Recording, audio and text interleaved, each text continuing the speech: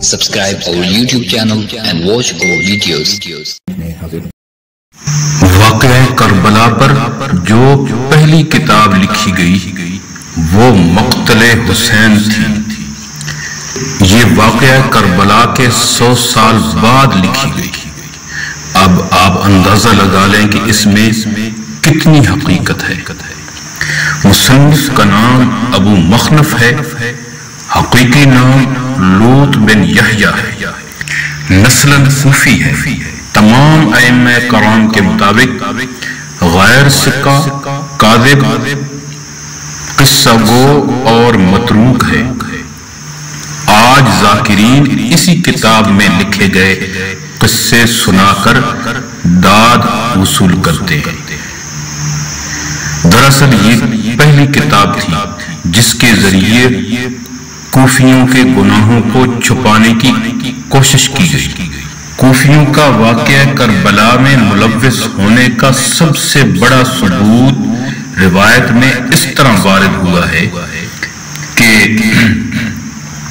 جب حضرت عبداللہ بن عمر رضی اللہ تعالی عنہ سے ایک کوفی نے پوچھا کہ کیا حالت احرام میں مچھر مارا جا سکتا ہے، تو حضرت عبداللہ بن عمر رضی اللہ تعالی عنہ نے جواب دیا تھا کہ یہ سوال وہ پوچھ رہا ہے جنہوں نے نواسائے رسول کو شہید کیا تھا۔ الغرض مقتل ابو مخنف کے ذریعے کوفیوں کے جرم شامیوں کے گلے ڈال دیا۔ یہ کتاب جھوٹ کا پلندہ تھی جس میں زیادہ کان نہ دھرے گئے اور کتاب متروک ہو گئی، مگر اس کتاب کا یہ نقصان ضرور ہوا کہ بعد میں لکھی جانے والی تاریخی کتب میں اس کے چند جھوٹے قصے قال ابو مخنف کہہ کر شامل ہو گئے۔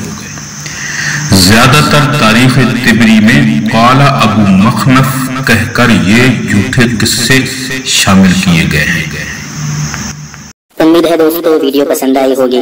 ویڈیو کو لائک کیجئے، ویڈیو پر کمنٹ کیجئے، شیئر کیجئے اس کو، اور اگر چینل پر نئے ہیں تو سبسکرائب کر لیجئے تاکہ اسی طرح کی ویڈیوز آپ تک پہنچتی رہیں۔ شکریہ، جزاکم اللہ، السلام علیکم ورحمۃ اللہ۔